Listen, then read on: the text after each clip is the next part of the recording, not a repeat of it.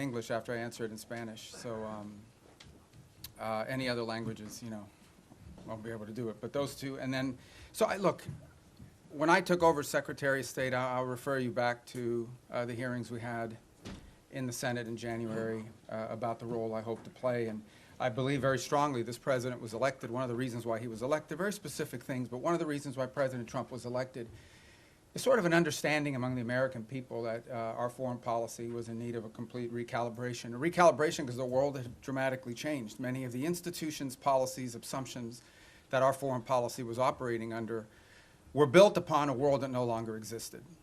And it required us to re-examine that. One of the assumptions that I think we had lost during this period of time, and I don't mean to make this an academic lecture, but I wanted to give you some insight into the broader thinking, as I highlighted at that hearing less than a year, almost a year ago now, is one of the assumptions was the loss of the notion of the national interest in our foreign policy. At the core of foreign policy needs to be the national interest of the United States.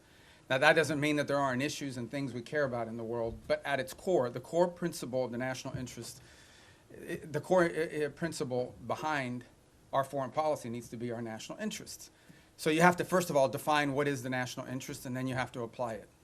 We defined it as we are in favor of foreign policies that make America safer or stronger or more prosperous, hopefully all three, but at least one of those three. And then it requires you to prioritize. Even the richest, most powerful and influential country on earth has limited resources, has limited time. And it has to be able to dedicate those resources and time through a process of prioritization. That includes geographic prioritization. It also includes issue prioritization. And that's what we intend to do here. Then you have to have the mechanisms of foreign policy to deliver on it. In essence, you have to have a Department of State and a National Security Council and all the elements of U.S. foreign policy influence and power to deliver, to identify and then deliver on those priorities. And that's what we've attempted to do here, and I think we're well on our way to doing it. There's more work to be done. There's things we will improve upon. But generally speaking, it was the genesis behind the reorganization of the department, oftentimes applying reforms that secretaries of states of both parties, appointed by presidents of both parties, have long sought to do.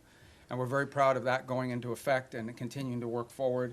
I think we generally avoided, massive disruptions to our operation, although any transition involves some disruption. But we're very happy with the way we empowered our regional bureaus, meaning our embassies and the folks at the desks here behind the regions have become more empowered and having influence over every element of our foreign policy, particularly how it's applied tactically.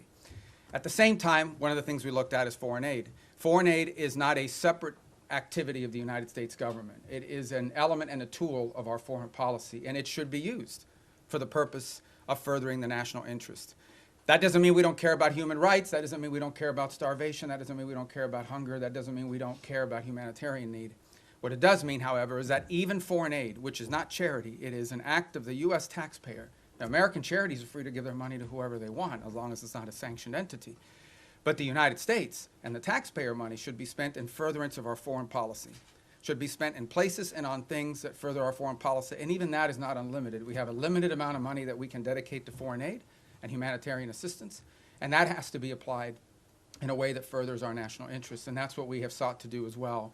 And in that endeavor as well, we have empowered the regional bureaus and our embassies to play a dramatic role. In fact, they are not just the implementers of this. They, in many cases, are the ones that are suggesting and are leading the response. And so bringing the tools of foreign aid underneath the umbrella of our broader foreign policy has been an important and dramatic reform. Even in the midst of all that, we remain engaged around the world, including in conflicts that perhaps are not central to everyday life in America, but the president has made it a priority to be a peacemaker. And so you've seen us engaged, whether it's Russia, Ukraine, or India and Pakistan, or Thailand and Cambodia, which is an ongoing challenge, or the tragedy we see now in Sudan, or the potential for further strife in South Sudan and that falling apart. I mean, no matter Armenia and Azerbaijan, we are always looking for opportunities, if possible, to play the role of a mediator that brings about the avoidance of war or the ending of conflicts. And obviously, in many of these cases, you can get people to the table and agree, and then there's the implementation process. And so we've made progress in many of these, particularly in getting them to agree to certain conditions. Obviously, it's ongoing work to make sure that those are implemented and applied. And some of these, conflicts have deep roots that go back many, many years. But we are prepared to be engaged and helpful in ways that perhaps other nations can't. We've been viewed as indispensable in that regard, and it's a role the president takes great pride in the promotion of peace around the world, and something he deserves a lot of credit for. he is personally engaged in all of this. Obviously, the big one was the situation with Gaza, which again is ongoing. There is now a ceasefire. You know, there's that war is no longer going on at the scale and scope and all the other things that were going on before. But obviously there's more work to remain. We are still through the process of trying to implement phase 1 and lead to phase 2 and phase 3. That is a long-term project, some of which will extend beyond the 4 years of this administration, but I thought was a very important achievement as well. So we have a lot to be proud about. I know you probably have some specific questions, and we can get to those, but I wanted to let that, lay that out as the preface and predicate for everything we're going to do today. So